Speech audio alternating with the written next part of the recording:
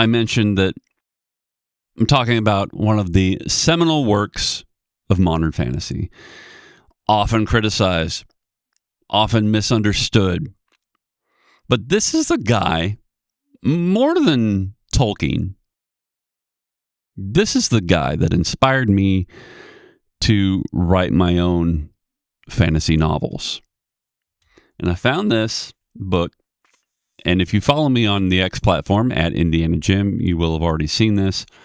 Found this book at Ollie's, Origins of the Wheel of Time by Michael Livingston. And, the Wheel of Time, as I say, is often criticized. One of the pull quotes that is on all the covers, or all the paperback covers of the Wheel of Time, is from a New York Times review that says, "Jordan has come to dominate the world Tolkien began to reveal." And one of the major criticisms, one of the first major criticisms, is that, it's just a pastiche of Tolkien. It's just a bunch of tropes. It's so tropey. And you, in a vacuum, you might be right. In 2025, you might be right. However, what are the tropes that Robert Jordan relied upon? You see, he was looking, and one of the things you'll discover if you read this book, now I got it at Ollie's for like $3.59 or something. It's not super thick. So unlike The Wheel of Time, this is a fairly thin book, but it's broken up into two parts. And let's just look at this real quick. So, a brief biography of James Oliver Rigney, Robert Jordan.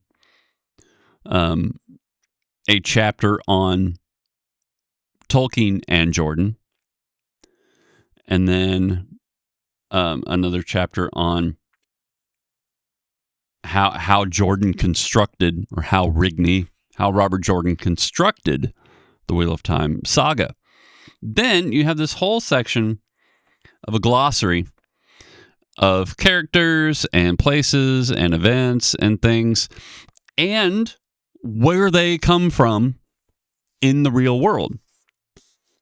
So you may think, the White Tower, he's just talking about Minas Tirith, right? He's just taken Minas Tirith from The Lord of the Rings. Well, no, actually, he was taking the White Tower from the Citadel, where he went to school, the military academy.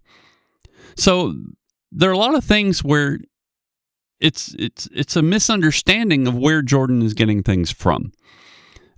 There are historical characters like Arthur Hawkwing, right? Clearly, we're getting a King Arthur sort of thing. So there's a couple things. There's a great quote on the back, and I'm not sure. I swear I saw it when I was reading the book, but I skimmed through here and I can't find it. So it's this quote: "The most central truth of Jordan's fantasy is that it's built out of a great many of our own myths and legends. King Arthur is in the Wheel of Time, Merlin too. But so are Alexander the Great and the Apollo program, the Norse gods and Napoleon's greatest victory. It's astonishing how much is in these books." And what he does is go to great lengths to show that. But there's a passage in here. He talks about how Tolkien draws on ancient myths and legends, and basically Jordan does a similar thing. This passage here: "Jordan's Arthur Pendrag, Paendrag, is our King Arthur, son of Uther Pendragon. The Sa'angreal in his books have clear roots in the stories of the Holy Grail. The Dark One, Shaitan, is related to Satan. The Samael is based in part on the Talmudic Angel of Death. The final battle of Tarmon Gaiadon owes more than just its name to biblical Armageddon. Luz Therin echoes the light bearer Lucifer." The list could go on and on. And so in a lot of ways, you can look at that and go, Jordan's just making stuff up that sounds like things from mythology. And yes, but in a way, as Tolkien was devising a mythology for England, Jordan was devising a mythology kind of for the world. And listen, you know, you don't have to like it. And that's the other thing is not everybody's tastes runs the same way. When The Eye of the World came out, it was 1990, 1991, somewhere in that area. So, you know, it's, how old am I? So I was 13 and 48 now. So 35 years ago is when the first book came out. So obviously it harkens back to a different time and a different marketing in the genre. You know, back then you could still walk into a B. Dalton's in the mall, and you can't do that anymore. And back then, really the only big series that you could read was either The Wheel of Time or The Sword of Truth, Terry Goodkind. Or you could get into the Shannara series by Terry Brooks. Terry Brooks came out with A Sword of Shannara in 1977. And that was as Lester Del Rey was trying to feed off of the success of The Lord of the Rings. The popularity of The Lord of the Rings had resurged. And so when you go back and read The Sword of Shannara, it is way more evocative of Tolkien than Robert Jordan could ever dream of being. But there's so many different things that go into The Wheel of Time, and a lot more things that come from Eastern influences, Asian influences.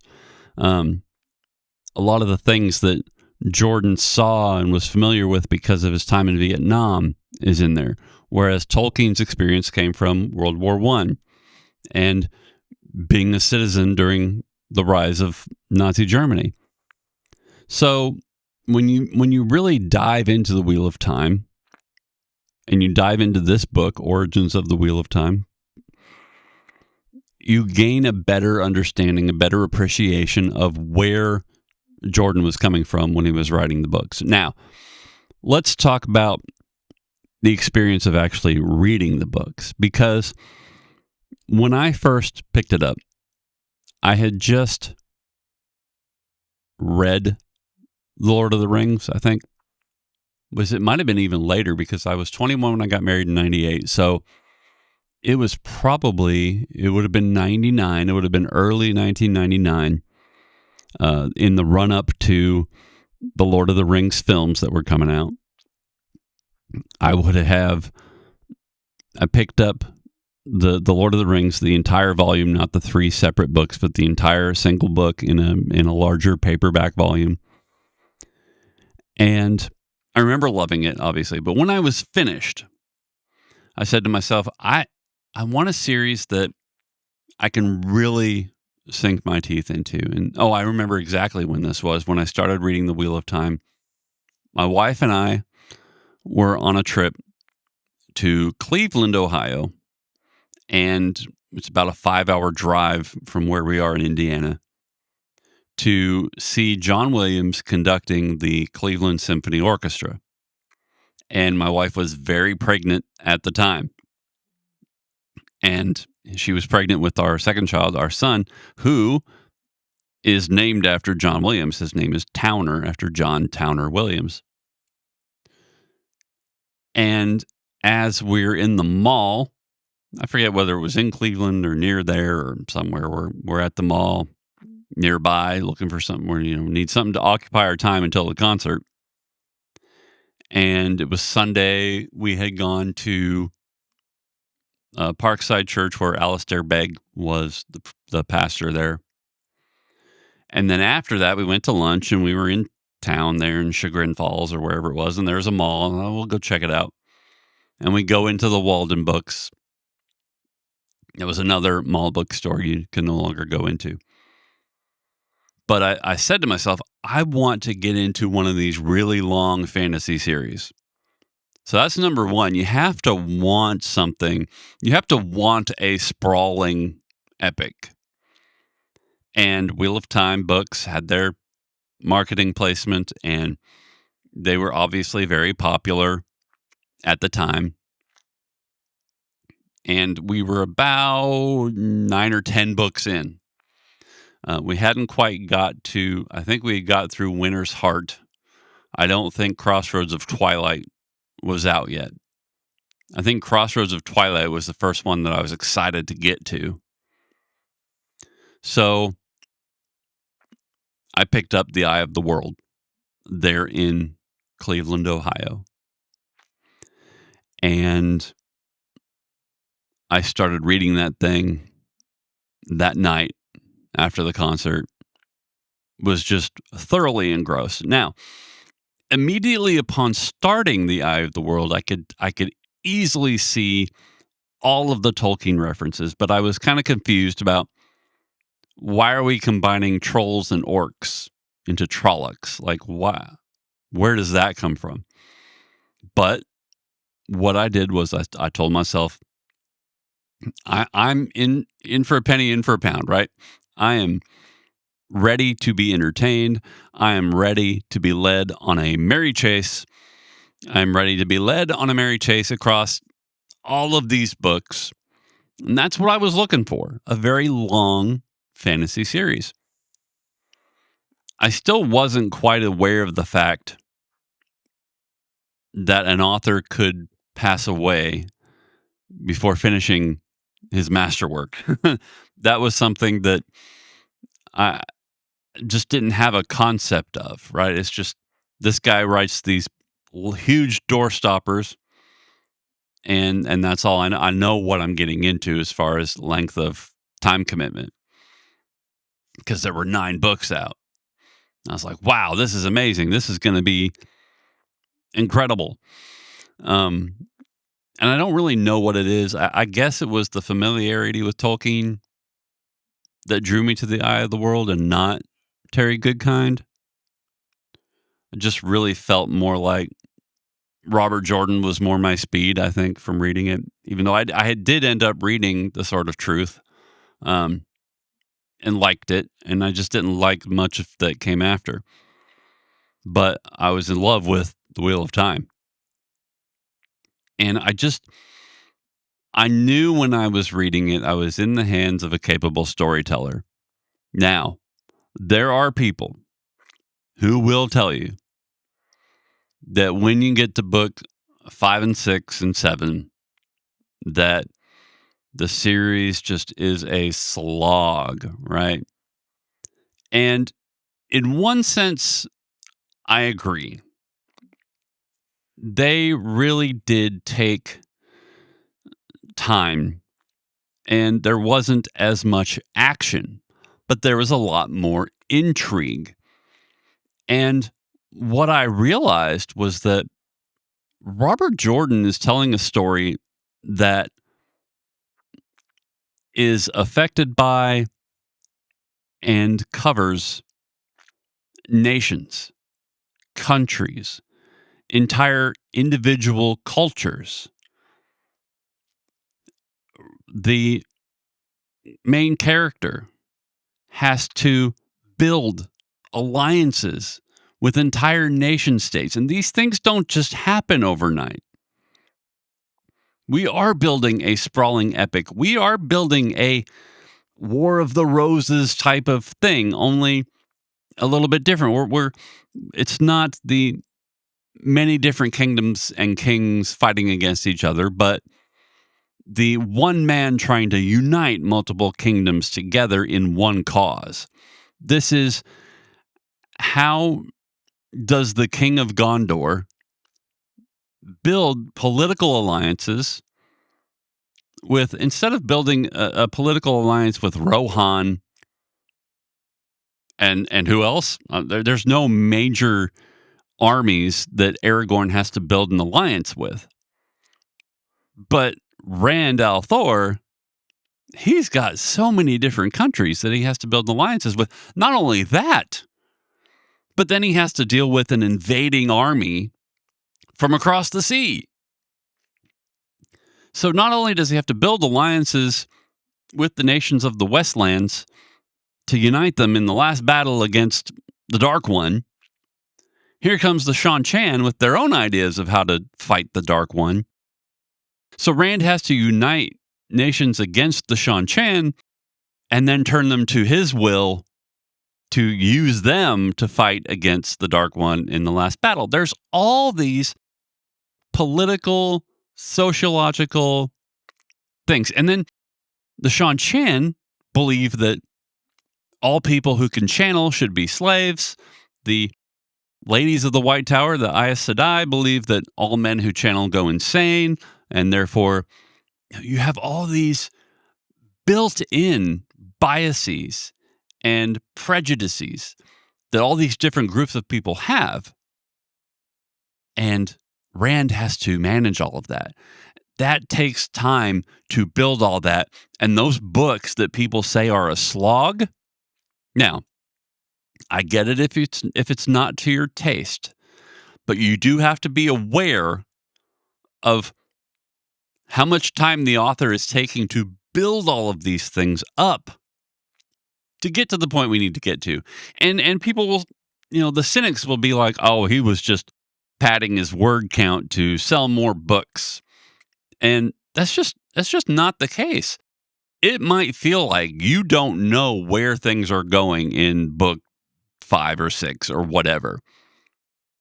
You might be at the point where I don't know what he's building up to. I thought it was this, but we're going off to here, and I don't understand.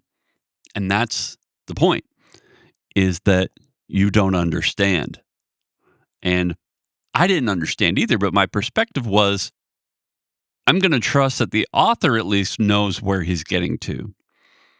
And it's like J.R.R. Tolkien. He thought he was going to write one novel as a sequel to The Hobbit, but he said himself that the tale grew in the telling. But nobody was sitting there, Tolkien didn't write 12 novels. He wrote one. Well, he wrote 2, The Hobbit and then The Lord of the Rings, and then The Silmarillion was compiled later. But he really wrote one long novel. And if you want something that's a little tighter, you want a trilogy, well, read a trilogy, and that's fine. But what you'll find is in a trilogy, it may be epic in scope, but the narrative is going to be compressed to something a little more targeted, a little more specific. So the length that you need to tell your story depends on the scale of everything that's involved. And the scale of everything involved in Jordan's work is far larger than the scale of what's involved in The Lord of the Rings. The central conflict of The Lord of the Rings is get the ring to Mount Doom. Everything else is trying to save the world of men and then trying to distract the Eye of Sauron so that the hobbits can do their thing. So you have to kind of understand the scope of things. And the scope of Jordan's work is also many different point of view characters. And so what happens is when you get into something like this, you go, okay, I feel like it's going to take this long. I think I can get this done in 6 books, I think is originally what Jordan thought. And of course, as he's telling the story, things pop up and things happen, and the tale grew in the telling. When I started my fantasy series with The First Blade, when I wrote that, I had a plan in my head and on paper. I had a detailed outline for the first novel, a shorter outline for book 2, and a basic premise for book 3. Wasn't even fleshed out. By the time I finished the first book, which more or less follows the outline fairly closely, I realized that the outline for book 2 doesn't work. This story is no longer this. And so where do I need to go? So I tried a few different things. I started one that was 3 years in the future. I started one that was 5 years in the future. I started one that was 10 years in the future. And well, I started scenes that I realized were set in different time frames. I wrote 92,000 words plus of the wrong novel before I realized it was the wrong novel.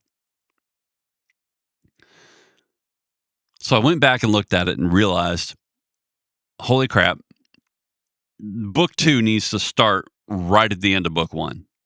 Like, we need to roll from the end in book 1 to here's what came immediately after. The shouts of the people at the finale of the book are still echoing in the ears of the main character, or one of the point of view characters, when we start book 2. That's how right on the dot it starts. Because I realized that we need to see what happens to the hero on screen. Take that, J.J. Abrams and Rian Johnson. We need to see the hero get to the point that we need him to be in this future event. There's a process to this. We need to see the journey of this character. We need to see it happen on screen so we really understand what's happening. To make everything make sense, and not just for the hero, to make everything make sense in the world building, we have to see it happen. And I tried to get to a point where everything was one way, and then the sequel, everything's gone to crap, and we need to bring back the long lost hero to fix everything. And I just realized it wasn't going to work that way. I hadn't done enough of the groundwork. And this, I think, is what's most often misunderstood about Robert Jordan's work. And again, may not be to your taste, and that's okay. That really is okay. If you read through a few books and you didn't like it, fine. I'm certainly not going to criticize anybody about that or for that. You know what you like and you know what you want. And if it doesn't meet what you want, if it doesn't meet your expectations, then it's not for you. However, there are people like me who is looking for exactly that. The other criticism, and this one is fair. Robert Jordan has his quirks as a writer. He has his patterns. Let's take everyone's favorite Aes Sedai to criticize, and that's Nynaeve Almira. God bless her, Nynaeve. She spends a lot of time yanking her braids, and her hair is braided, and it's a long braid. And she has this nervous tick. And she has a habit of yanking on that braid. And she does it a lot. And so there is a line, I think, between understanding that a character has habits. It's like they say that you want to describe a character so well that you don't have to name them for the reader to recognize who you're talking about. So when you see a woman yanking on her braid, that's Nynaeve, When somebody says blood and bloody ashes, you know it's Matt Cawthon. And so each of these characters has their personality traits. They have their personality quirks, and they have their foibles, and they have their common phrases, and they have their common actions. And Jordan spends so much time using those that he kind of overdoes it a little bit. And he also loves describing clothes, and he loves describing food. Now, he doesn't describe food to the level that George R.R. Martin describes food. That dude, and you can tell he loves to eat. You can tell George loves to eat because he spends so much time talking about the food. Now, when I'm writing, I don't spend as much time talking about the food because it makes me hungry. I don't want to write on an empty stomach, and I don't want to feel like I have to eat. Jordan loves his clothing. One of those things, though, comes from his love of history and his love of the Victorian era and the colonial American era. He lived in South Carolina. That's his home. And that was Harriet's home. And one of the earlier things he wrote before he wrote The Wheel of Time was the Fallon series, the Fallon Blood. And that takes place in Charleston, South Carolina during the Revolutionary War. And so Robert Jordan he really loves brocaded silk. Like, he has a problem. He has an addiction to brocaded silk. But because of his propensity to describe things in vivid detail, you know what a Shienaran warrior looks like. You don't have to have them described anymore. When you get to the last battle and you see the Shienarans with their shining spears and their halberds, move into position, you know what they look like as a group as they're moving into position.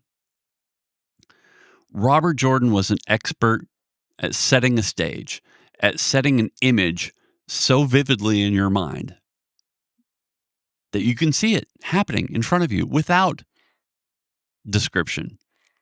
That, I think, made it a lot easier for Brandon Sanderson to get into the last 3 books because, and Sanderson also known for his description, but there is a brevity to Sanderson's prose where he doesn't rely so much on all of the extensive description because there's so much happening in those last 3 books after Knife of Dreams. And this is one of, if you've never went through the Wheel of Time, but you think you'd like to, I say do it. Go into it understanding what to expect. And you should expect a little bit of a slog in the middle books. That's why they call it a muddy middle. Now, if you can accept that and understand that he's painting a picture that will pay off down the road, and it will pay off down the road. He spent extensive time as he was dealing with his illness making notes and dictating things to his staff and his wife, who was his editor. That there was so much stuff for Brandon Sanderson to use. And it's just such an interesting scenario. It was really neat to see a guy who knew he was going to pass away, who ended up realizing, I'm not going to be able to finish it, but somebody should. And I think he felt like he owed it to the fans who had read his books, who had gone through the slog, who had endured the slow points. I think he felt like he owed it to all of his readers to see that it was finished. And he entrusted Harriet with finding somebody who could finish it. And having read Mistborn and the initial Mistborn trilogy, it's clear to me now why Harriet, when she first laid eyes on Mistborn, how she knew this was the guy to finish this. This is the guy with an understanding of scale, of description, of world building, of mythology, that he was the perfect guy to take it on. And he does so absolutely brilliantly. The last 3 books, you can't tell where Robert Jordan ends and Brandon Sanderson begins. It feels like Robert Jordan, but it feels like Robert Jordan with fresh legs. And the last 3 books, everything, it's like Brandon got to write 3 books of a Sanderlanche with as many things that coalesce and come together to finish the series. And the ending is one of the most interesting, like bittersweet, but more sweet than bitter.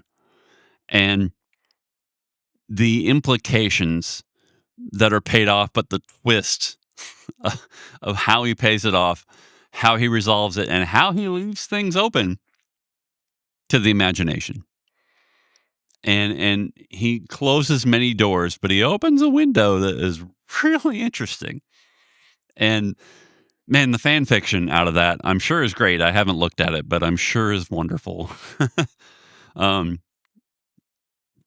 But Robert Jordan to me is, I don't want to say he's my chief literary hero, but he may be. Like, I feel like Tolkien really is the top dog there.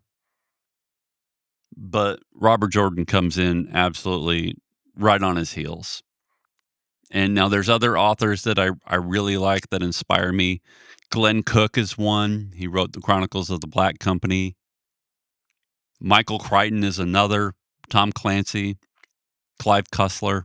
In fact, the 3 C's were kind of they informed my voice, my author voice.